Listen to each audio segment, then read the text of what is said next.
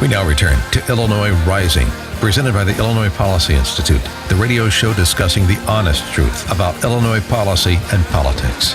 Here's AM 560's Dan Proft.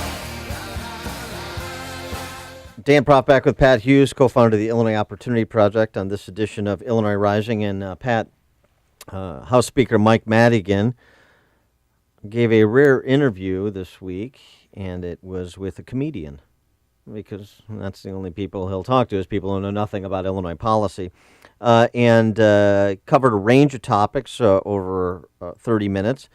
The interview would have been more probing had Mike Madigan just been seated 30 minutes of airtime to read a prepared statement, but you get what you get, and actually he ends up saying some things that strain the bounds of credulity, to say the least, but are also insightful in terms of explaining how we got here. So Mike Madigan, on how he and previous Republican governors worked together. And, he just wishes he could with Governor Rauner. Listen to Madigan waxing nostalgic over his fondness and great relationship with former Republican Governor Jim Edgar. Last week, former Governor Edgar, a Republican, a respected Republican, said that you are not the villain that the media makes you out to be. And that even with a weak governor or an incompetent governor, the governor still has more power than the speaker. What did you think when the governor said that? Governor and Edgar and I had a good relationship when he was the governor and I was the speaker, and we've maintained a good relationship since. And so we see each other from time to time. We were together at a memorial in the Capitol building a few weeks ago for a man named Steve Schnorf. We sat right next to each other, exchanged some ideas and views on the current budget impasse, and I would say it was fair to say that he and I are pretty much in agreement on the problem and how we could solve the problem. I've thoroughly enjoyed my relationship with Governor Edgar, as I did with Governor Thompson and Governor Ryan. Yeah, it's nice to have friends. So here's the question, Pat. If a Republican in good standing like Jim Edgar, according to Mike Madigan, and he can get along, they agree on the problem, they agree on the solution, why not Madigan and Rauner? Because Jim Edgar was a failed governor who has a large role, Dan, in getting us to where we are now. And because he has such a large role in getting us to where we are now, and because he wants to protect his legacy as what did that comedian call him, a respected Republican, he is willing to cast aspersions on Rauner and say Rauner's to blame, because Rauner, at least ostensibly, has the courage to go out and do what Jim Edgar never could do, because all he wanted to do was get along with his buddy Mike Madigan. And these guys are going to sing, Kumbaya while Rome burns. And I just on that clip, it's so interesting. First of all, Madigan, Dan, sounds like he's like a henchman from one of the old Batman cartoons. He sounds like a 1920s criminal, and he's a 2017 criminal. But the reality of it does is, wear his pants as high as they used to wear them, like right below his right, like a zoot suit, areolas. Right, yeah, like a zoot. That's the first time I've heard areola mentioned on at least this kind of radio broadcast. For the rest of the segment, I wanted you to think about Mike Madigan's areolas. Thank you. It's a little distracting. This whole idea that we get along and we're friends and we have a relationship, and they have ruined collectively and combined so many people's lives to the point where they can't afford a house. They had to leave the state. They don't have jobs, and they don't care, is disgraceful. Well, wait a second. Now I'm a bit confused, because Mike Madigan tells me he's about working people. It's all about quality of life for working people. We're not talking about quality of life for wealthy people. No. We're talking about quality of life for people that go to a job, only ask for a decent salary, which would enable them to pay rent, pay a mortgage, educate children, care for the elderly in the twilight of their lives. That's what we're talking about. That's what we're talking about. And so what is the quality of life like for working people that Mike Madigan claims to represent? Well, the quality of life for those people that he's so enthusiastic in supporting is bad, Dan. They pay the highest property taxes. That's not true. There's working people all over the country that used to live here who are having a nice quality of life. Former Illinoisans are doing really, really well. People are leaving. We have this incredible net out migration.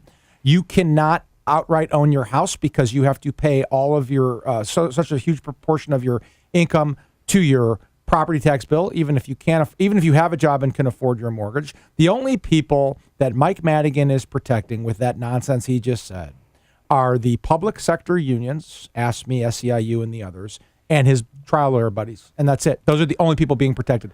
And he's not even very good at selling it. Even saying it there, it doesn't sound believable to me. We'll see if you find this believable, because according to House Speaker Madigan, the real problem here is Rauner's extreme right agenda.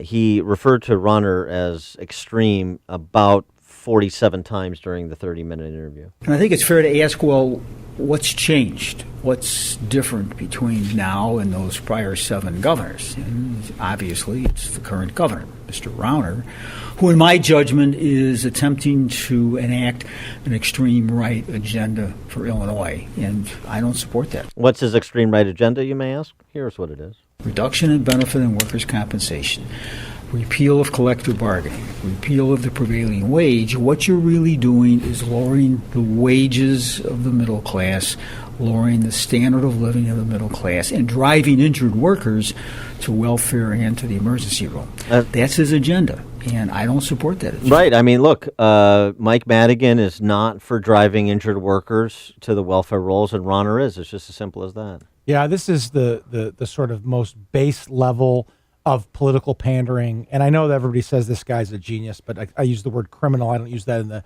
actual tense because I don't really know if that's true, but it feels like it. Look, the quality of life in Illinois is bad now. And it was bad long before Governor Rauner was governor of the state.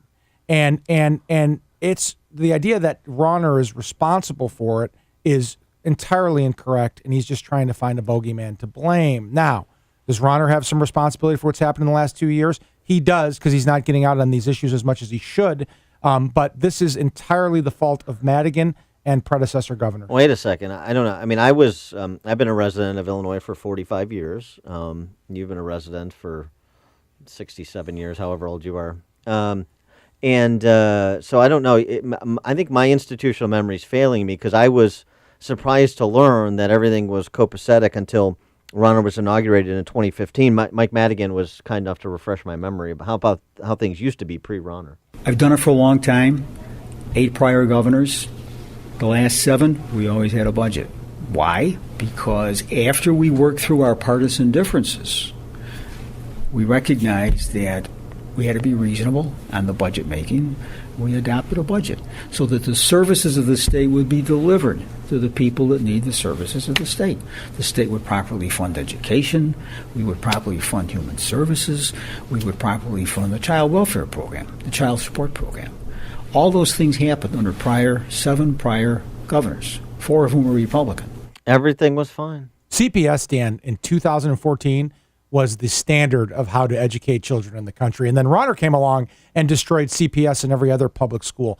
This is insanity. And the problem is there are people, and we need them to come around, who kind of believe this stuff instinctively, and it's just not true. And we have to do a better job, and the governor has to do a better job of messaging against this stuff. Well, I mean, I love the way that Madigan talks. It's all very kind of kindergarten teacher to kindergarten class. Totally. Take out your carpet square. I'm going to tell you a little fairy tale, and everything's going to be nice. And this is how we do things. This is how it was. I'd be interested if families with a family member as a developmental disability agree with Mike Madigan that prior to 2015, this state was really doing its job in terms of providing services to people who need state services through no fault of their own, much less businesses talking about what the business climate was here prior to 2015, much less schools talking about being adequately funded. I mean, what is the idea that the school superintendent of CPS or the mayor of Chicago just started rattling their tin can around the rail in Springfield demanding more money since Governor Rauner has been there. CPS was having financial troubles before, was not having financial troubles before Governor Rauner. I mean, this, of course, just is completely contradicted by what everyone knows to be true who has lived here prior to 2015. Dan, this is like the captain of the Titanic blaming the iceberg. That's what it's like. This idea that they had budgets all these years, none of them are balanced. We haven't had a constitutionally balanced budget in, 2 decades or however long it's been. So yeah, they're passing budgets. You know why they're passing budgets, Dan? Because the other governors have capitulated. And Rauner didn't capitulate, and that's what the tension is. And the voters are starting to pay attention because Madigan lost 4 seats in the House this last cycle, and it was a presidential year where Trump got killed, and Cullerton lost 2 seats in the Senate. So the voters are starting to come around to this nonsense. You know what else is fun? I love this routine that Madigan does on the rare occasions that he speaks, which is to basically say, hey, look, I'm just one guy. I'm just one of 118 state representatives, one of 177 state legislators overall. If you combine the two chambers, I'm just one guy. I don't have the kind of power like, say, a governor does. Where Governor Edgar appeared at Southern Illinois University, and he talked about power relationships in the Illinois government. And relative to my alleged power, he said even a weak governor's got more power than the speaker does. Okay, so Edgar's an experienced governmental official.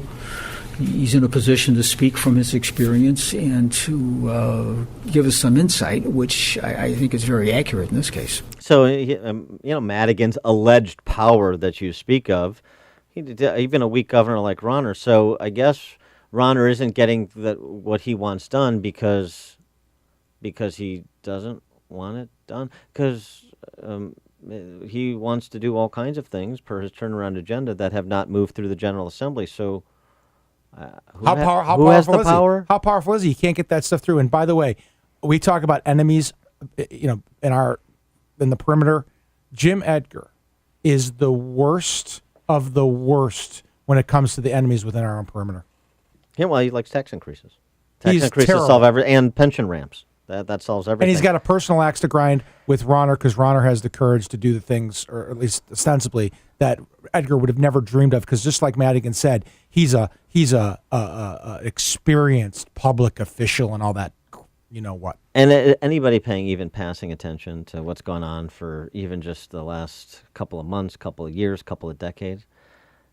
I mean, are you insulted at all that Madigan thinks he can pull this "I'm just one guy" down there routine on you, talking about his quote-unquote alleged power?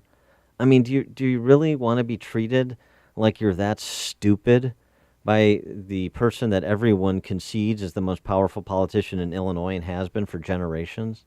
I mean, don't you? Do people get tired of getting scammed at some point, being disrespected by a political ruling class at some point? Certainly that happened nationally. And maybe 2018 it'll happen here. Maybe.